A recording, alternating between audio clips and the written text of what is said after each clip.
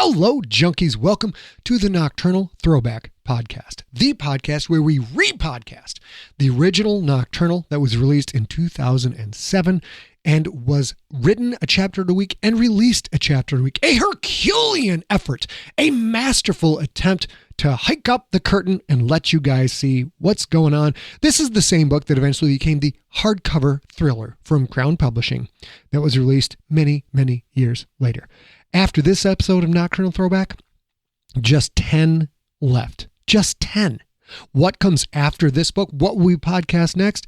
Well, frankly, we're not sure. But as soon as we figure it out, we will let you know. It will either be something brand new or it will be nothing at all for a while, which will be unusual. But I mean, hey, come on.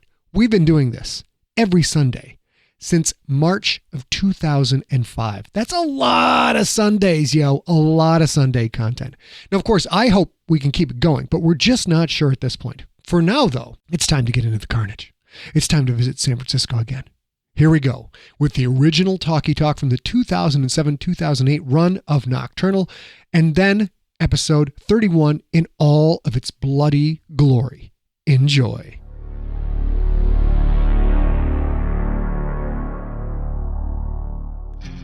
Welcome to the free podcast novel Nocturnal. This is episode number 31.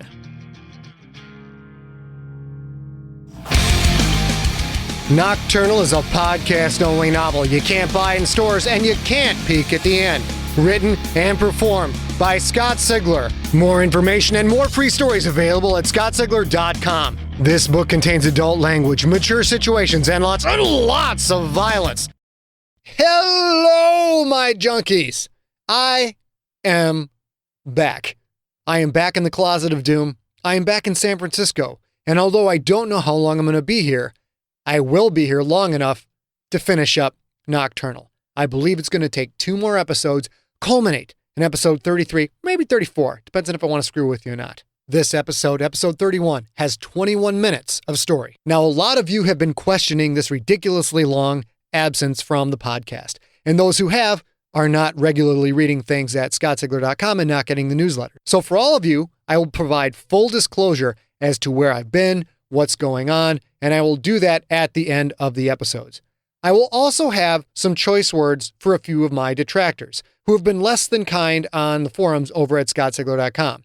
The reason I'm going to talk about this again is the last time I talked about it and gave my 2 cents worth, it offended a few fans who felt they were being unfair with junkies. So to address that and let everyone know where I'm coming from, I'll explain the whole thing at the end of the episode. But first, we're going to have a very long story so far by the author Mur Lafferty. Mur is making a run on Amazon with her book Playing for Keeps on August 25th. Most of you have heard of Mur and her free podcast Playing for Keeps. Those of you who have not, she's going to introduce herself in this story so far. Now, the quality of this story so far is not that great because Mur recorded it in the bathroom at a coffee shop. She's on the road, but she's one of those people who knows promotion and knows that she's got to get something done and take that window of opportunity. So she took her computer into the bathroom at a public coffee shop and recorded some stuff for me for the story so far so she could introduce herself to all of you. And now I can say I had Mur Lafferty in the bathroom. Yeah. So here's her story so far. Immediately after that, we're going to roll into episode 31 of Nocturnal. And at the end of the episode, if you want to hear me blab about what's going on in my life, stay tuned. If not, turn it off, go on about your day. Let's get into it.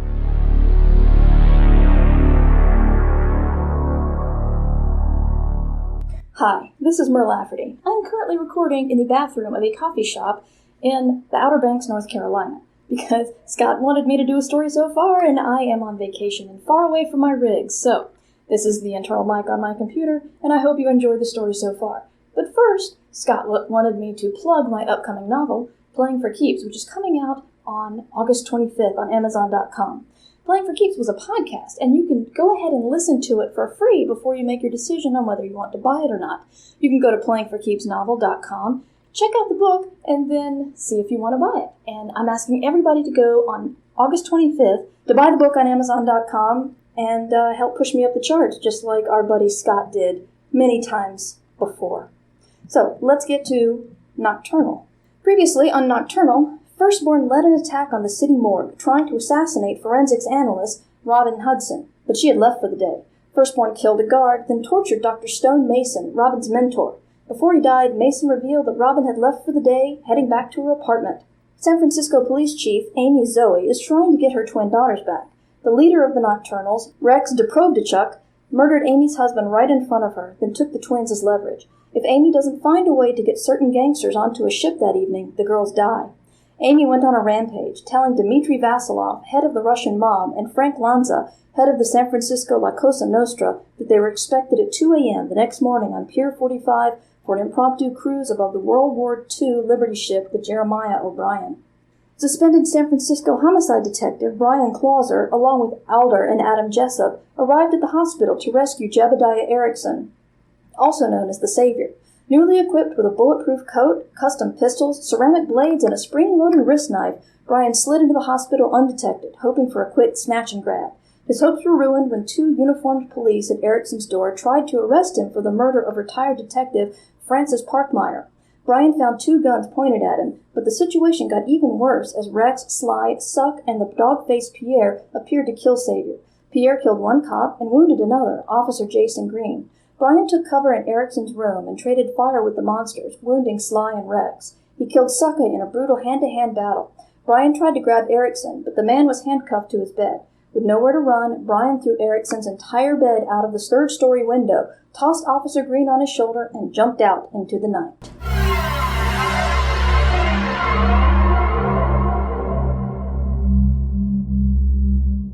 Bryan Clauser sailed out into the San Francisco fog, a wounded cop on his shoulder, killer monsters behind him, and somewhere below, an old man handcuffed to a hospital bed.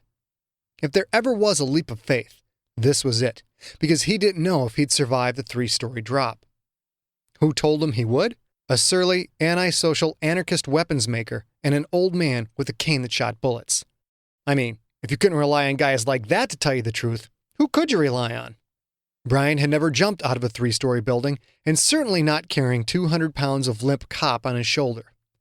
He'd subconsciously positioned his body for a 10-foot jump because he'd made those before.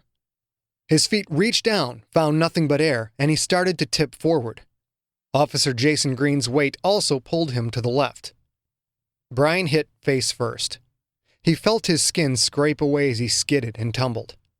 Green tore free, both from the impact and because a blast of pain shot through Bryan's left shoulder. He finally stopped rolling and skidding. Holy crap, did that hurt. He just lay here for a second. Yeah, that would be just the thing.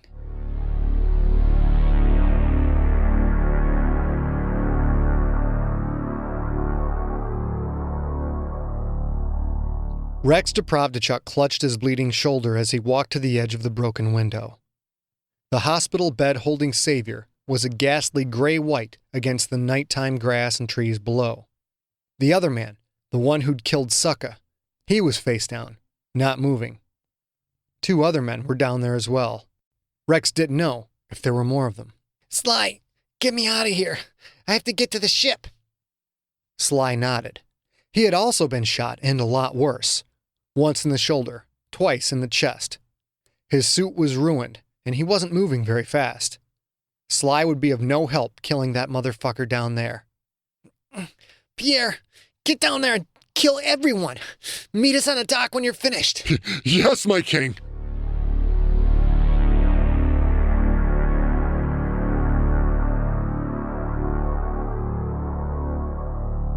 Get up, yo! We gotta move! Bryan felt hands pulling at his shoulders, and that hurt pretty bad because something in there was broken. Had to be. It took him a second to remember where he was. Then his mind replayed images of the dog face, the snake man, and the snatch face he'd killed less than 30 seconds ago, and Bryan scrambled to his feet. He turned back to look up at the hospital, only to see the dog face leaping out, tuxedo tails trailing behind, a sawed-off AA-12 automatic shotgun held like a pistol in one huge hand. And where he would land, about 15 feet away, lay a bleeding, unconscious Jebediah Erikson, still handcuffed to the twisted and broken bed. The dog face landed, quite a bit more gracefully than Bryan had. Yo, get him before he can get to Saviour! Gunfire opened up on Bryan's left and on his right.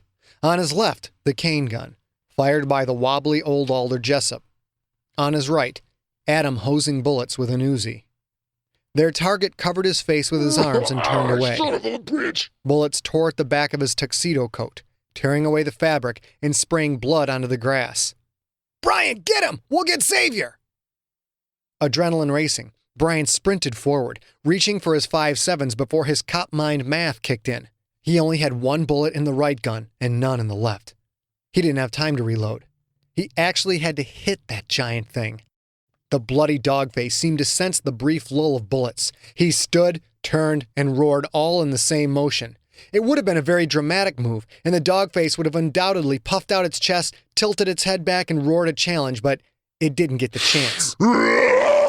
Bryan put his shoulder into the thing's stomach like an all-pro linebacker blindsiding a third-string quarterback. The monster folded in half, let out a giant woof as the air ripped out of his lungs. It was a world-class hit, and Bryan would have admired his handiwork, if he'd hit with his good shoulder. Pain erupted in his arm, his chest, and his shoulder. Something ground away in there. Something stabbed. His coat would stop bullets, but it wasn't a rigid suit of armor, and he took the impact directly on a spot that was clearly broken. The two fell to the ground, a tangled, uncoordinated mess of limbs and damaged bodies. Bryan rolled off, more by accident than by intention. He pushed past the pain and stood up in what seemed to be slow motion. His left arm dangled uselessly. He reached for his right 5.7 and turned. The dogface still lay on the ground, one hand clutching its stomach, the other reaching for the AA-12 on the ground beside it. Maybe it was the surreal situation of fighting monsters, or the pain in his left shoulder, or that hot agony in the left side of his face. Whatever it was, Bryan Clauser rushed his shot. He raised the 5.7 and fired. The bullet hit just to the left of the monster. His last bullet. And he'd missed. He had to reload, but he couldn't move his left arm. He had another ceramic knife, but in his right sleeve. Couldn't get to that with his wrecked left arm either. The spring-loaded knife on his left wrist. That was all he had. Bryan reached back to holster the right-hand 5.7, then grabbed for his left forearm. The knife was meant to be fired one-handed, left-handed, a flick and a twist of the wrist. Could he even shoot it by reaching over with his right hand? The roar of shotgun blasts shocked him, as did the impact of slugs hitting his right shoulder and his chest. Blasts, mind you, plural, as the motherfucker opened up on full auto. Bryan dove to the left, that cop part of his brain counting 8 shots, each an infinitely long wait to know if it hit him in the head, despite the fact that all 8 shots went off in just 2 seconds. He hit the ground, landing, again, goddammit, on his left shoulder. More explosive pain, but he rolled and came up on his knees. He reached across himself, grabbing his left wrist, pulling it up to aim despite even more lava-rich pain. But there was no one there. The dogface was gone. Let's go, yo! Bryan turned. Adam had Erikson over his shoulder. Alder was reloading his cane, taking a bullet from his pocket, sliding it into a hidden slot, then twisting the top of the cane with a click. Adam didn't say another word. He turned and ran for the car. Alder slid a little cap onto the end of his cane, then used it to walk as fast as he could. Bryan took one more look for the giant dog-faced creature, but he was nowhere to be seen. That suited Bryan just fine. Thanks to the 2 shotgun slugs, his right shoulder now hurt almost as bad as his left, and the dull pain on his right pectoral would have convinced him he was having a heart attack had it been 6 inches further left. Bryan ignored the pain, or tried to, as he picked up Officer Green and threw him over his right shoulder. They all ran back to the black Dodge Magnum and put Erikson and Green gently inside the back. Bryan then eased himself into the back seat, hissing with pain. He hadn't even shut the door when Adam peeled out, shooting back onto the street and far away from the hospital.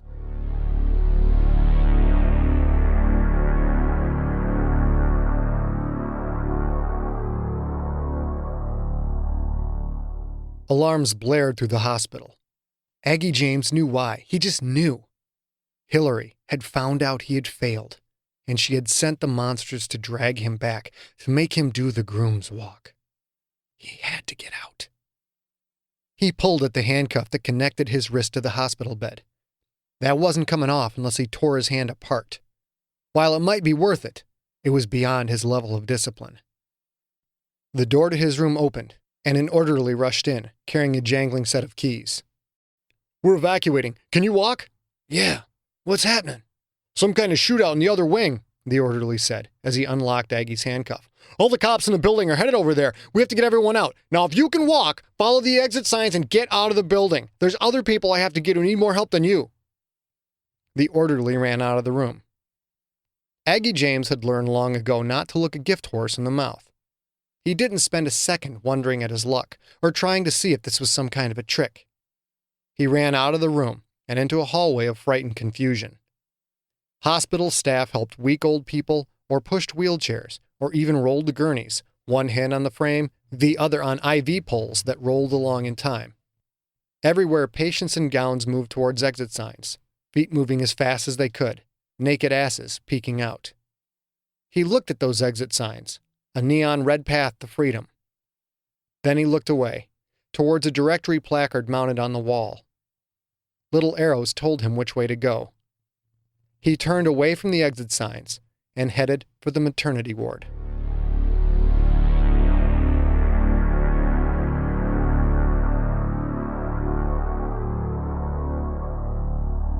Just look at them, holding hands, kissing. He could see their tongues flicking in and out of each other's mouths. So unclean. The rage built in his chest. So did the excitement. Everything seemed sharper, more intense, from the breeze blowing off the ocean to the sand grinding on his feet and belly to the smell of a dead fish that couldn't be far off. They couldn't see him. People couldn't really see at night, not like he could. And these people had a fire, blazing orange and hot against the pitch-black night. Their eyes would be adjusted to that light. They wouldn't be able to pick up anything 20 feet outside of their little bonfire. Tard could cover 20 feet in just a couple of seconds. Even if they did see him, they wouldn't have time to react. Probably wouldn't even have time to scream. A few other bonfires lit up the evening fog of Ocean Beach. Probably bums. This was a regular hunting ground for Sly and the others. Ocean Beach had no lights, a wide swath of sand that ran from the edge of outer sunset to the edge of the ocean. At night, fog made everything hard to see.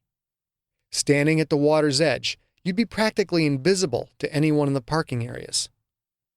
This place was dangerous for regular people because of the bums and the homeless. So regular people didn't come here at night. Not very often. And these people looked normal. Bundled up in their blankets, laying there, holding hands, kissing. The boy crawled on top of the girl and started to move. It made Tard feel funny to watch, and that funny feeling made him even angrier. Tard slowly lifted off his belly and onto his feet, a sand-colored shape that rushed forward. The two people didn't even look up.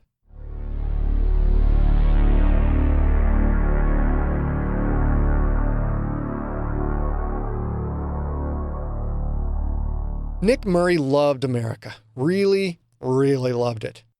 As a child, he'd heard his grandfather say the streets of America were paved with gold. Nick had been here for 10 years now, and while the streets weren't paved with gold, the water was. Well, that wasn't quite right, but he'd never been that good with analogies.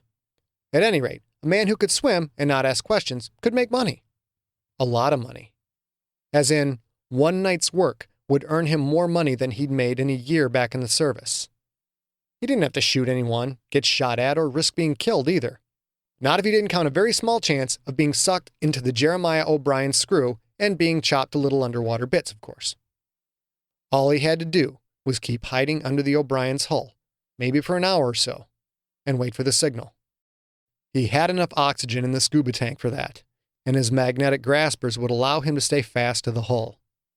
If he got that signal, he had to work his way out from under the hull, making sure he stayed connected and didn't get washed behind, then locate his contact. That was the hardest part. Holding onto the ship, peeking his head out of the water, and spotting a man some 40 feet above on the deck. After that, wait for a rope to drop, hook it onto the airtight bag of guns he'd brought with. Once the guns went up and over the rail, Nick's work was finished. From there, he'd just let go and swim back to shore. He didn't know who the guns were for, and he didn't want to know. Wasn't his business. What his business was collecting the second half of the money from old man Zobakov. That would involve story time. It always did. Zobakov loved to hear tales of Nick's military past, when he went by his real name of Nikolai Muravnoy and was a member of Spetsnaz Vimpel, the Soviet Union's equivalent of the American Naval SEALs.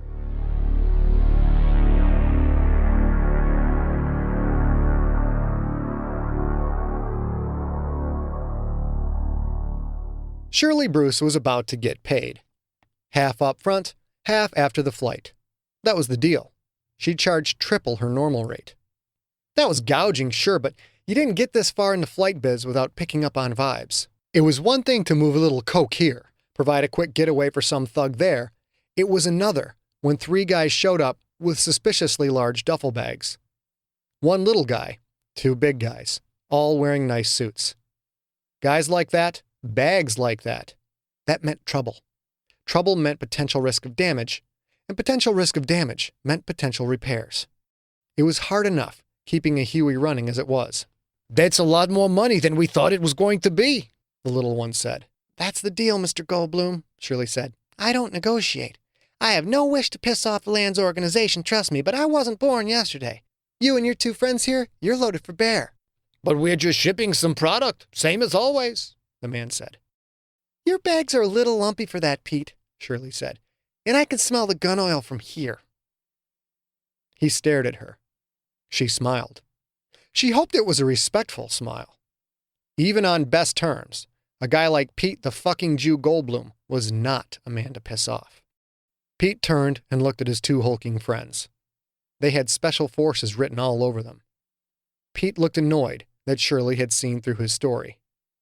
He turned back. All right, he said. $45,000. But for that kind of money, you're going all the way. You do whatever they tell you to do." "Like what?" Now Pete smiled. "It doesn't matter what. We just made a deal.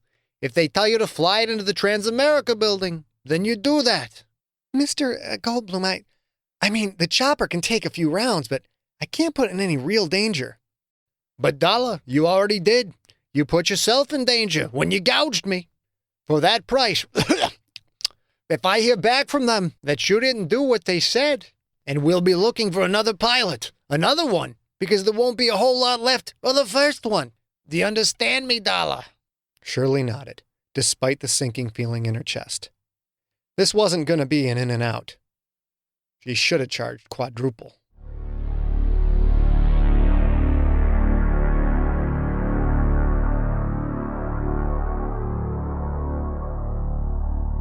Black Mr. Burns knew one thing for damn sure. His hands on a computer felt far better than his hands on a gun. He didn't like guns. He'd do what had to be done to back any play of the ninja, but overall, Control-Alt-Delete was a much more preferable way to kill something. Finally, he had a chance to catch up. Pookie wanted him to research a Marie Luttrell. Nothing by that name in the police databases. Nothing in the local civic databases either. National crime databases? The same. Sounded like a common enough name, but she seemed to be a non-person. Finally, he gave up on the official sources and went with his last resort. Google. He tried Marie Luttrell in quotes. M-A-R-I-E-L-A-T-R-I-E-L-L-E. Again, nothing. This was a serious non-name if there wasn't even a hit on Google. That meant not only could he not find out about Pookie's Marie Luttrell, but there wasn't any Marie Luttrell in the entire world with her name on a web page. That was damn near impossible, making it a very rare name indeed. He tried without quotes, and finally got a hit. She hadn't shown up because the page didn't show her name together, but he found it. A Marie Luttrell. The article wasn't even about her. It was about her husband. He read, "That couldn't be the woman Pookie wanted to know about. It just couldn't." He picked up the phone to call Pookie, then paused as an alert flashed on his screen. He moved the mouse and clicked. The window opened, and Black Mr. Burns read about a very disturbing find at the morgue.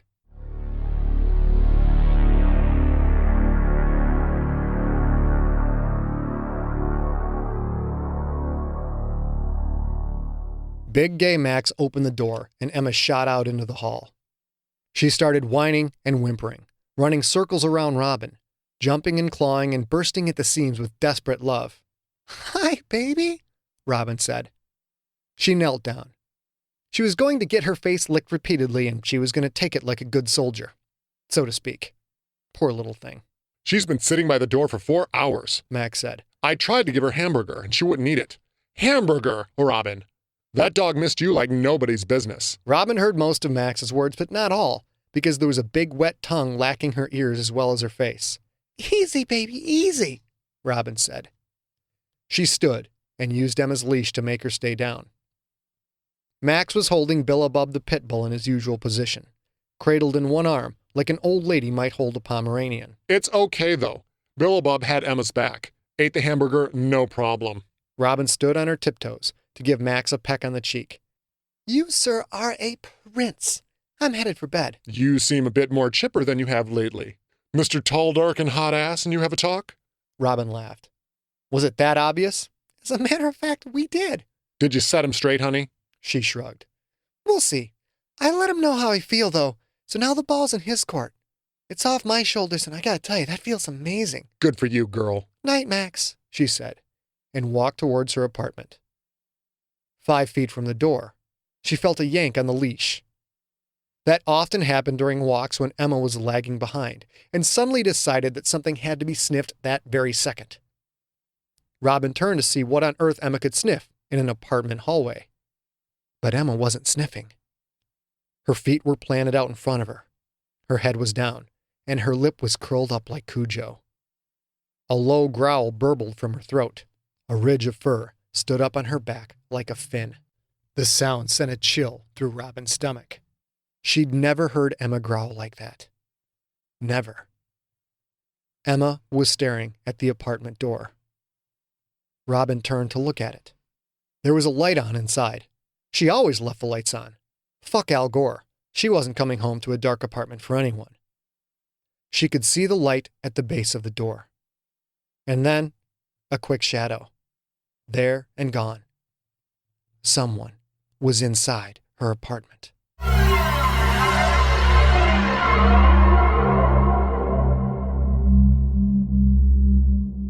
And there we go with Nocturnal episode 31. I think you guys can see how things are shaping up.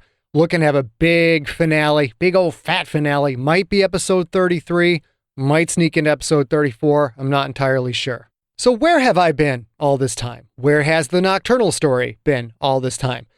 For those of you who are still listening and wrote it out, I really appreciate it. This episode is an actual month after the last episode. That's pretty bad. So let me explain what's been going on. First of all, the sequel to Infected, Contagious, is going to be in stores December 30th. Crown decided to push that up. It was supposed to be out in May.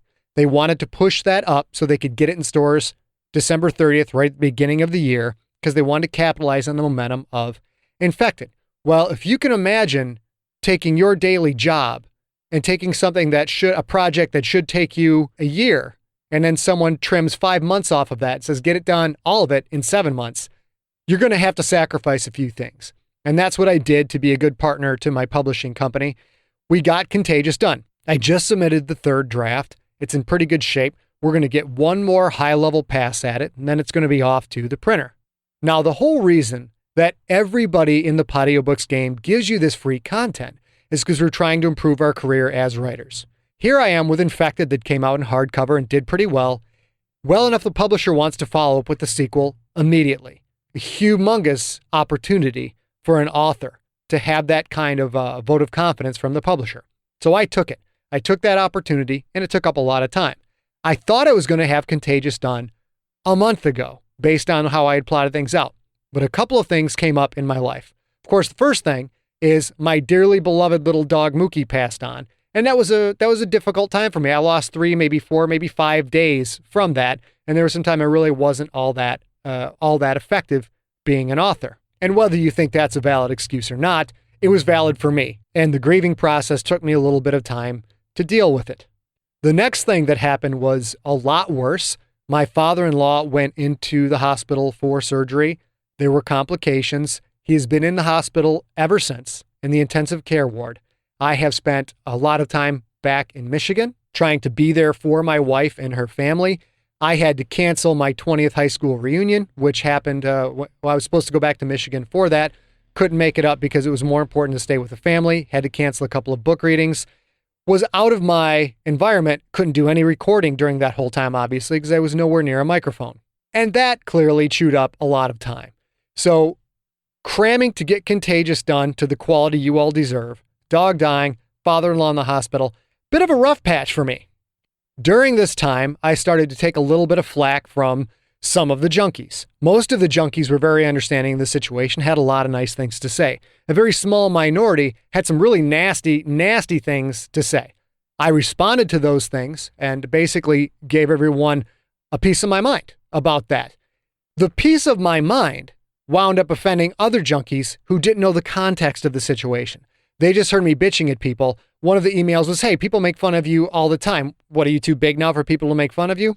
Definitely not. As most of you know, and make fun of me all the time. It's not that, it's part of the give and take that we all have in junkie land.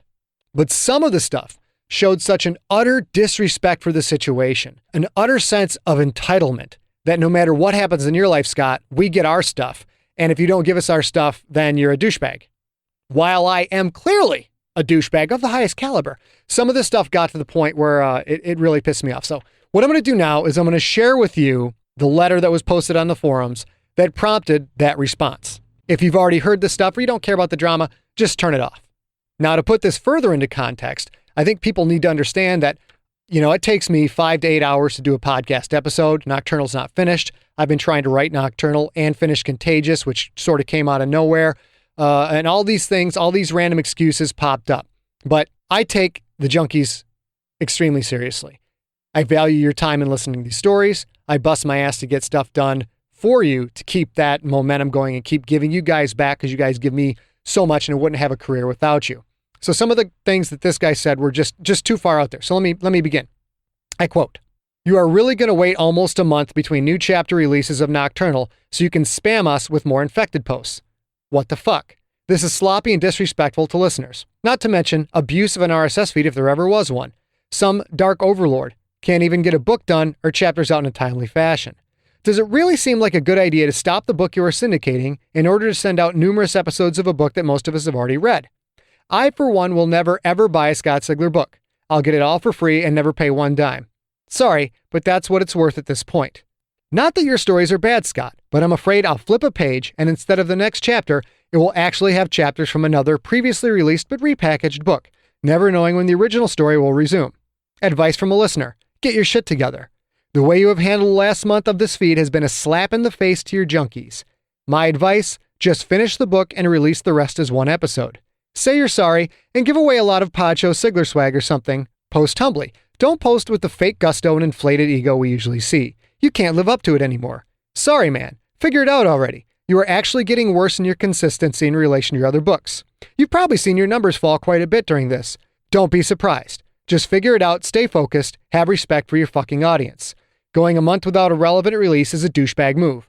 $20 says your next audiobook is a sequel to something you've already started. Not the worst idea, but definitely because we know not to get invested with new characters or a plotline or, sincerely, Ben. Have respect for your listeners. We make you, we can break you. It's not your content, it's our enthusiasm.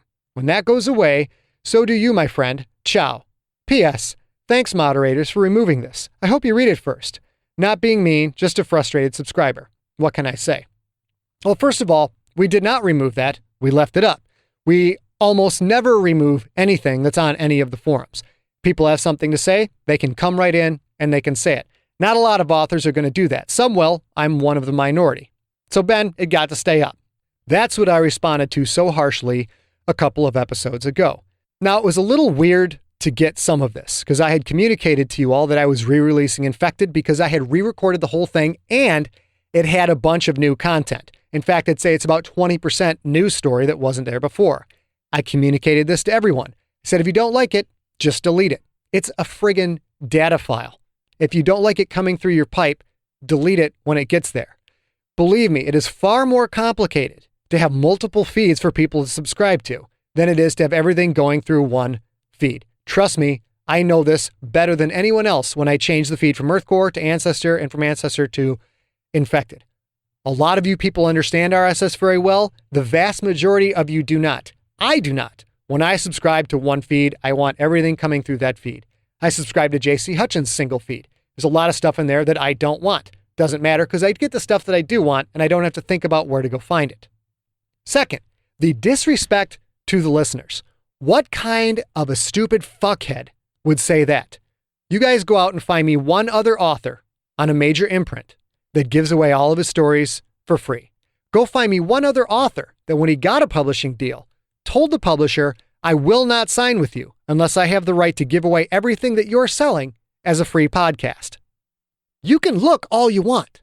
Other than Cory Doctorow, who's published by Tor, I don't think you're going to find any, at least none that I know of. I put my whole potential career, the whole deal in jeopardy, because I said, I don't care if you're going to sell the audiobook. We have to find a solution because I will continue to dance with the one that brought me. I will give away all of my content as long as I live, free as episodic, downloadable podcasts. And if you don't like it, just don't sign me because we're not going to be happy together. Now imagine somebody hires you to be a car salesman and you go in and tell them, I'm going to give away all the car repairs that I can in hopes that they will actually come in and buy a full car from me. The service department manager is probably going to hit you in the head with a pipe wrench. The myopic view of this person to say that I don't respect my listeners is surely astounding.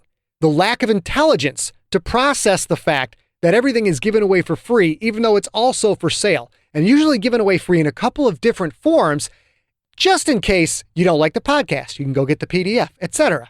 Thirdly, that the reason everything got delayed was because of some pretty severe family troubles. Personal life got in the way. A, career. That's contagious. You got to take care of the book first if you want to have time to be a writer in order to give you guys your stories. B, family. That's got to come before everything else. I thought I had communicated all of that to all the junkies, and then to get this kind of feedback, absolutely astounding. Now, this guy is in the minority. This guy clearly doesn't have any perspective on reality. He doesn't have any concept of the more important things that are going on in life instead of getting his free story every week. He's free to unsubscribe. He's free to stay subscribed. He can do whatever the hell he wants. You junkies can always do whatever the hell you want. And more importantly, he's also free to express his opinion on the forums. You can email me, you can IM me, post it on the forums. We're not going to pull it down. Go crazy. So while I embrace his right to post the information, while I embrace the right of him to have his opinion, I still have the right to take offense to something and to communicate it. So that's what I was lashing out against. As you can see, this wasn't just some junkie coming in and making fun of me or ripping on me for not having the episodes out on time. That is the last I will speak of this issue. People are free to come in and say whatever the hell they want to say. I am also free to say at any time, if you don't like it and you're not enjoying the culture that we have in junkie land and Siglerism, bail out, man. Just bail out. My attitude is not going to be right for everyone. We've always known this. I think it's always been fairly obvious that from time to time, I'll say what's on my mind. But I wanted to share that with all of you so that you at least understood where I was coming from. I will try to not talk about this stuff on the feed anymore. It's obviously annoying to a lot of you, so we're going to let it go. But I want to take this last opportunity to communicate what was going on, put everything in perspective. And now I'm spent. So now that Contagious is done until this Friday when I get the pages back, there will be more stuff coming in the feed. I'm going to make it right by you guys. I'm going to make all of this right. Talk to you the next episode. You have been listening to Nocturnal, written and performed by Scott Sigler. For more information, go to scottsigler.com. All music in this podcast provided by Uncrowned off their album Devils and Angels, available now at the iTunes Music Store. Is it